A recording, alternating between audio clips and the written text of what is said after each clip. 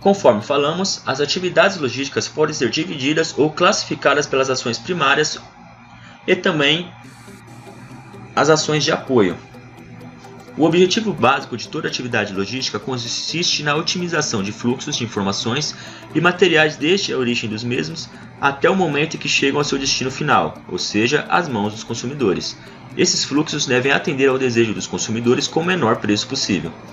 Vejamos o fluxograma referente às atividades primárias e às atividades de apoio, seja elas secundárias. Temos como atividades primárias o processamento de pedidos, os transportes e controle de estoque e matéria-prima. Já para as atividades de apoio ou secundárias, compras, armazenagem de matéria-prima e componentes, movimentação de materiais, programação do produto, gestão da informação e a embalagem. As atividades da logística. Atividades classificadas como primárias ou principais. Vejamos então os três componentes que compõem atividades primárias, que são manutenção de estoques, processamento dos pedidos e transportes. Para a manutenção de estoques, são considerados como sendo, dentre as atividades primárias, a que merece maior cuidado, pois o grande desafio é o de conseguir manter o menor estoque possível sem que o consumidor venha a ser afetado. Apesar de ser uma atividade bastante complexa, hoje os administradores já dispõem a seu favor de algumas técnicas para ajudá-los. A quantidade de estoque de cada empresa dependerá diretamente do tipo de setor no qual a mesma está inserida, bem como da sazonalidade temporal de alguns produtos, principalmente os de gênero alimentício. Um bom nível de estoque não deve ser nem tão alto nem tão baixo. Ele deve ser suficiente para amortecer a oferta e a demanda dos produtos no mercado e dessa forma não alterar seus preços. Essa atividade possui um custo bastante representativo em um orçamento de atividades logísticas. Já para o processamento dos pedidos, em termos de custos, essas atividades não têm tanta representatividade, porém, sua importância é muito grande, pois diz respeito ao tempo compreendido entre o pedido do cliente e a entrega do pedido, que deverá ser o mínimo possível, já que esse tempo pode determinar o nível de serviço que está sendo ofertado. Esse tempo também é chamado de ciclo do pedido. Hoje, com a quantidade de produtos comercializados pela internet, a diminuição desse ciclo pode representar um diferencial competitivo, pois clientes não gostam de esperar muito tempo para receber seus produtos, principalmente quando pagos antecipadamente, como é o caso dos produtos comercializados pela web.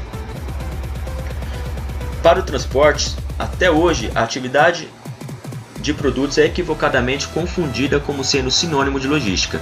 O transporte é apenas uma das atividades primárias desempenhadas pela logística. Refere-se ao modo com que as empresas realizam a movimentação física de seus produtos até que os mesmos sejam recebidos pelos clientes. Essa movimentação física pode ser terrestre, aérea, marítima ou ferroviária. É bastante comum as empresas utilizarem mais um meio para transportar seus produtos, objetivando que os mesmos cheguem aos seus destinos com a maior brevidade possível. Já as atividades de apoio ou secundárias, um resultado positivo de uma atividade logística dependerá da adequação das atividades primárias com as atividades de apoio.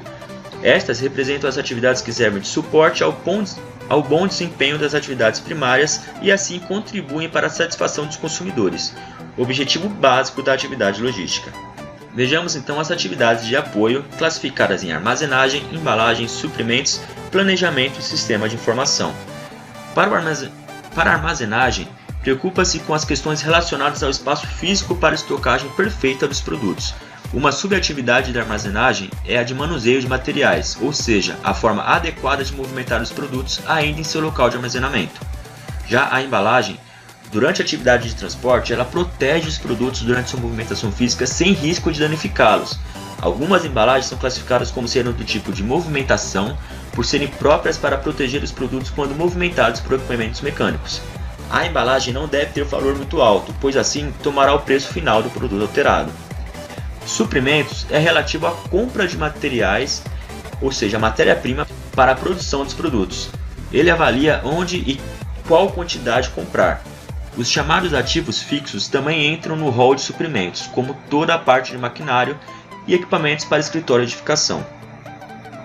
O planejamento diz respeito à realização de uma programação que inclua todas as atividades necessárias, como compra, transporte, entrega, distribuição dos produtos, etc., A quantidade do que deverá ser produzido também deve estar prevista no planejamento, para evitar a oferta excessiva dos produtos, bem como sua escassez. Por fim, o sistema de informação, que é o sucesso das ações logísticas dependendo de um bom sistema que forneça informações relativas a custos e procedimentos necessários. Esses dados são básicos para que se possa realizar um bom planejamento, assim como o controle das ações logísticas. Segundo Monteiro e Bezerra, um grande influenciador na área logística, grande influenciador no universo logístico, a logística empresarial está cada vez mais evoluída quando se trata de tecnologia de informação. Para isso, são utilizados sistemas integrados de gestão desenvolvidos para integrar, controlar e gerenciar a cadeia de suprimentos com o objetivo final de atender melhor o cliente. Um dos sistemas que mais benefícios trouxe para as atividades logísticas é o chamado código de barras, que pode com eficácia e rapidez controlar a entrada e saída de dados como quantidade de material adquirido, quantidade de material gasto, tempo de execução na produção dos produtos. A importância do código de barra na logística. O código de barra hoje faz parte da realidade de empresas de diversos tamanhos e segmentos. Mais do que identificar um item, uma importante função dessa ferramenta é armazenar informações muito importantes a respeito de um determinado produto, garantindo que seja possível fazer o registro desses dados. Detalhando a importância e a função do código de barras, temos alguns itens a serem seguidos, sendo agilidade e automação de tarefas, a diminuição de erros em processos, a redução de custos, aumento da rastreabilidade e da visibilidade, incremento da segurança na coleta de informações e a melhora na tomada de decisão a respeito da gestão. Iniciando pela agilidade e automação de tarefas, ao associar o código de barras a recursos como o leitor eletrônico e o software de gerenciamento, é possível alcançar mais agilidade e automação nas tarefas. No ponto de vendas, por exemplo, a leitura de código de barras garante o envio automático de informações a respeito de quais itens foram vendidos. Internamente, esse recurso também é bastante útil, já que é possível utilizar o código de barras dentro da movimentação logística. De uma forma geral, isso diminui o tempo necessário para fazer o registro de uma atividade, seja ela uma movimentação interna ou uma venda, gerando mais eficácia e mais produtividade. Ao permitir que se faça mais coisas em menos tempo, o código de barras se mostra especialmente importante para garantir que os negócios não sejam deixados para trás. Já a diminuição de erros em processos, o uso do código de barras também é importante para diminuir o número de erros do processo, especialmente aqueles causados pela interferência humana. Em supermercados, por exemplo, antes da chegada desse código era necessário fazer um registro manual de todos os itens vendidos e suas respectivas quantidades. Embora pareça uma tarefa simples, a verdade é que dentro de um fluxo mais intenso de trabalho e com milhares de produtos devendo ser anotados diariamente, as chances de erro sempre foram muito elevadas. Com o código de barras, por outro lado, isso não acontece. Com as informações inseridas corretamente no código, ao ser escaneado ele fornecerá os dados de maneira precisa e eficiente. No caso de um estoque, por exemplo, isso diminui as chances de que um item saia desse setor e não seja registrado manualmente, o que levaria a erros de inventário. Para a redução de custos, os custos dos negócios esbarram em duas questões, na perda de tempo e nos erros operacionais. Quando há um erro, é necessário fazer retrabalhos, e em algumas situações, eles geram até mesmo outros prejuízos financeiros. A perda de tempo, por sua vez, leva à perda de produtividade, diminuindo a capacidade de faturamento do negócio de uma forma geral. Felizmente, o código de barras surge para ajudar a sanar exatamente esses dois problemas. Sendo assim, o seu uso é capaz de gerar importante redução de custos, especialmente quando são observados o médio e o longo prazo. Já o aumento da rastreabilidade e da visibilidade, outra questão que merece atenção é que o código de barras ajuda a gestão do negócio a visualizar mais facilmente onde um determinado item está dentro da cadeia de suprimentos.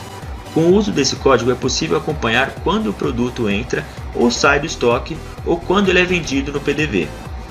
Isso faz com que haja um acréscimo quanto à rastreabilidade do item, sendo possível saber com mais precisão onde ele está em determinado momento. Como um todo, isso aumenta a visibilidade em relação à cadeia. Esse ponto é especialmente importante para saber se um produto está sendo entregue como deveria ou então para não perdê-lo em um estoque incorreto dentro do próprio negócio. Com menos tempo sendo usado para procurar onde a mercadoria efetiva está, há mais um ganho em eficiência e produtividade. O incremento da segurança na coleta de informações. Em uma análise mais geral, o código de barras para a empresa consegue garantir um importante incremento de segurança, especialmente em relação à coleta de informações. Como um código pode ser alterado, há garantias de que ele carregará as informações adequadas do produto de maneira inviolável. Além disso, as informações associadas ficam armazenadas em um software seguro de qualidade. Uma vez que esteja escaneado, o código vai transmitir, sem interferências, as informações exatas sobre aquele determinado item.